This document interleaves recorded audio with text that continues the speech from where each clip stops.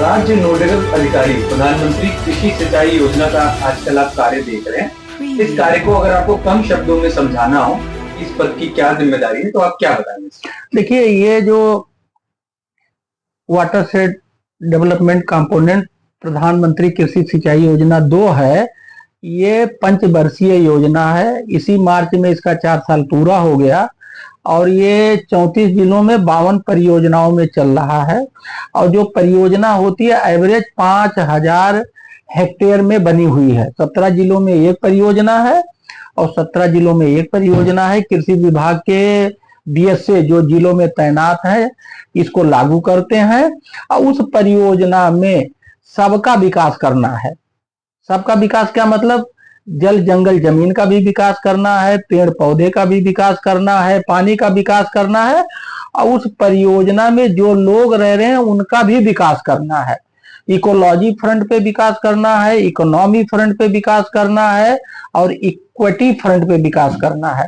तो ये बहुत अच्छी परियोजना है और ये एक तरह से परियोजना के माध्यम से इसको एक मॉडल के रूप में तैयार करना है। तो संक्षिप्त में ये है परियोजना का।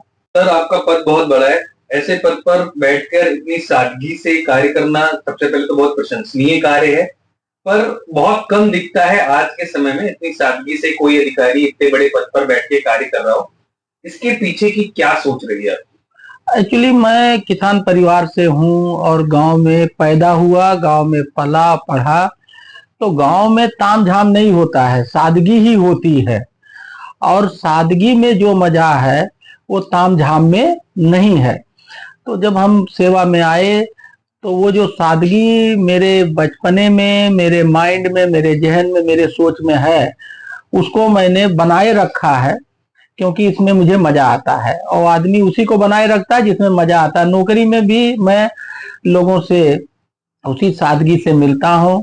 तामझाम से दूरी बढ़ती है, काम में वो मजा नहीं आता है। तो सादगी, सादा जीवन उच्च विचार, ये मेरा नारा नहीं है, बहुत पुराना नारा है और जिसने इसको अपनाया वो अपनी जिंदगी का मजा ले पाता है। तो सबको अपनाना चाहिए इसको।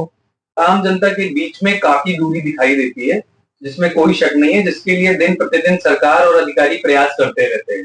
इस बारे में आपका क्या कहना है? देखिए, इस क्वेश्चन का सरकार का एक नारा है, सरकार जनता के द्वार। ठीक है, सरकार जनता के द्वार। इसी दूरी को कम करने के लिए ये नारा है कि सरकार जनता के द्वार। आम आदमी को सरकार के पास, अधिकारी के पास नहीं आना है, बल्कि सरकारी अधिकारी आम जनता के पास जाए। इसका ये अर्थ है, मैं इसको ऐसे समझाता हूं। देखिए, हम यहाँ हैं, अधिकारी हैं, आम जनता यहाँ है। तो जो आम जनता वो यहां तक तो नहीं पहुंच सकती है। अब ये जो गैप है, लेकिन हम अधिकारी के रूप में आम जनता बन करके यहाँ आ सकते हैं। तो हमें आम जनता बनना चाहिए। जैसा आप स्टूडेंट में गए तो स्टूडेंट बन जाइए, किसान में गए किसान बन जाइए। जैसा देश वैसा भेष। लेकिन ये हो नहीं पाता है। ठीक है, और ये बहुत बड़ा अवरोध है सुशासन को प्राप्त करने में, एडमिनिस्ट्रेशन में।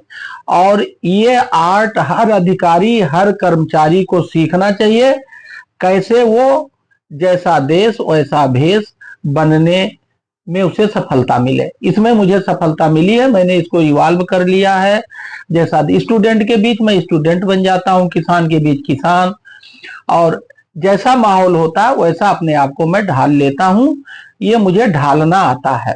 सर, मॉडल गांव में आपका नाम काफी प्रचलित हुआ, ज्यादातर लोग आपको जान पाए मॉडल गांव के नाम की वजह से। मॉडल गांव में आपकी क्या भूमिका रही है? मैं मॉडल गांव का मेंटर हूँ। एक्चुअली मॉडल गांव मेरे काम के आधार पे बना है। उसकी जो पृष्ठभूमि है या जो उसमें काम होते हैं वो मेरे काम के आधार पे है। मैं 1.5 साल बांधा था एज ए डीएम।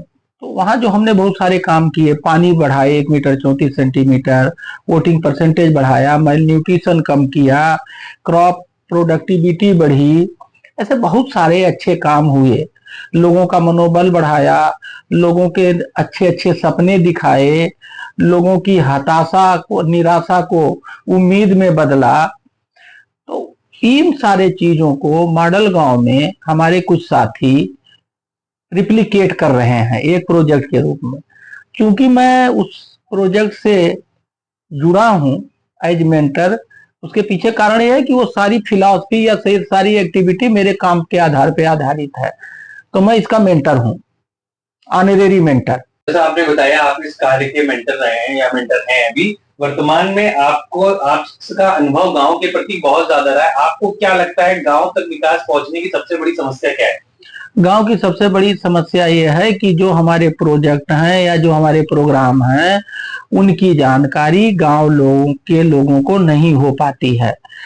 इसके लिए बहुत सारे सरकार प्रयास भी करती है, लेकिन जो गांव के लोग हैं उतना इंटरेस्ट जितना होना चाहिए वो नहीं दिखाते हैं, और जब नहीं दिखाते हैं तो उन्हें वो लाभ नहीं मिल पाता है। इसीलिए सीएससी का कॉन्सेप्ट लेके आए हैं, कॉमन सर्विस सेंटर की। हर गांव में कॉमन सर्विस सेंटर होगा और वहीं से उनका काम होगा।